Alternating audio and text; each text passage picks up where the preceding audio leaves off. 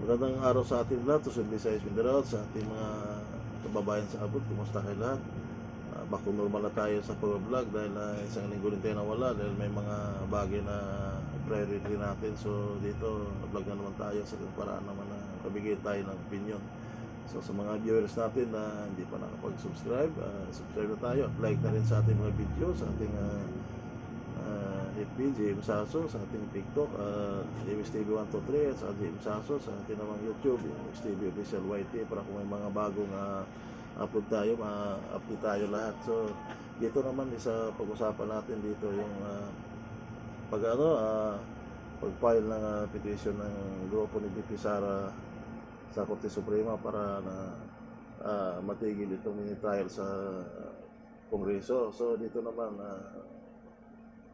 hindi naman siya na ito mangyayari kung yung yung Justice Committee naman sa Kongreso kung patas naman. Yun lang, nakita natin na talagang hindi patas. Ang dami mga pinapadala ng mga sulat na wala doon sa reklamo. So sana kung di pa naman sila handa, di sana nila pinaili yung reklamo nila. Ang nangyayari kasi dito, kung ano-ano ng mga sinusulatan ng mga department na hindi naman nakalagay doon sa reklamo nila. So karapatan din ni BP Sara na tumakbo sa Korte Suprema para maging patas naman yung laban. Sa atin naman dito, kung nagkasala ang tao, dapat naman na parusahan, pero sana naman maging patas, wala namang bias kasi pangalawa dito, napakarami sana ang dapat unahin natin.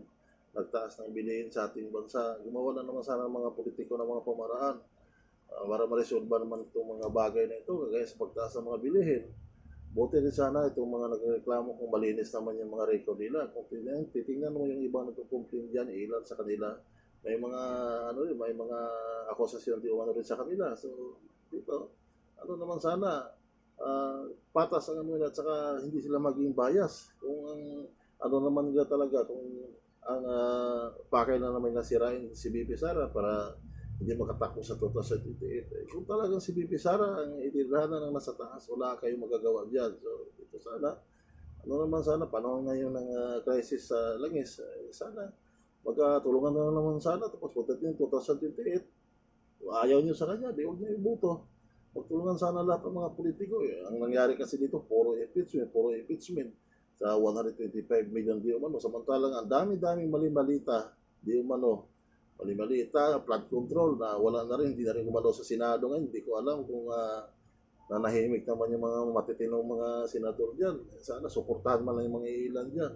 Pakita natin sana magtrabaho naman kayo ng maayos, hindi naman yung parang binaliwalan yung lahat. Ang dami-dami mga flood control na yan, mga mali-malita na yan.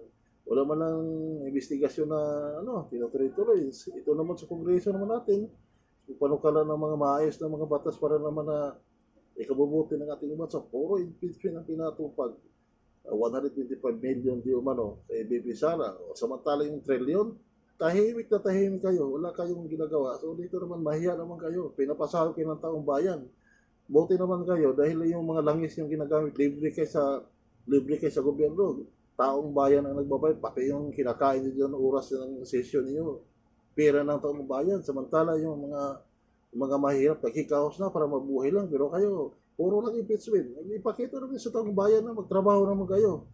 Sa atin, lang ito, opinion lang ito bilang simple mo yan. Dahil may karapatan din tayo na magsalita dahil tayo dito. Nagbabayad tayo ng tax, lahat naman tayo nagbabayad. Habang bumibili tayo ng mga produkto, nandoon yung patong VAT. Kung bumibili tayo ng gasolina, VAT.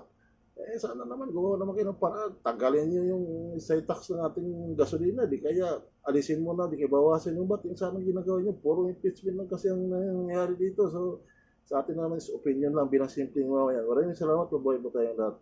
God bless.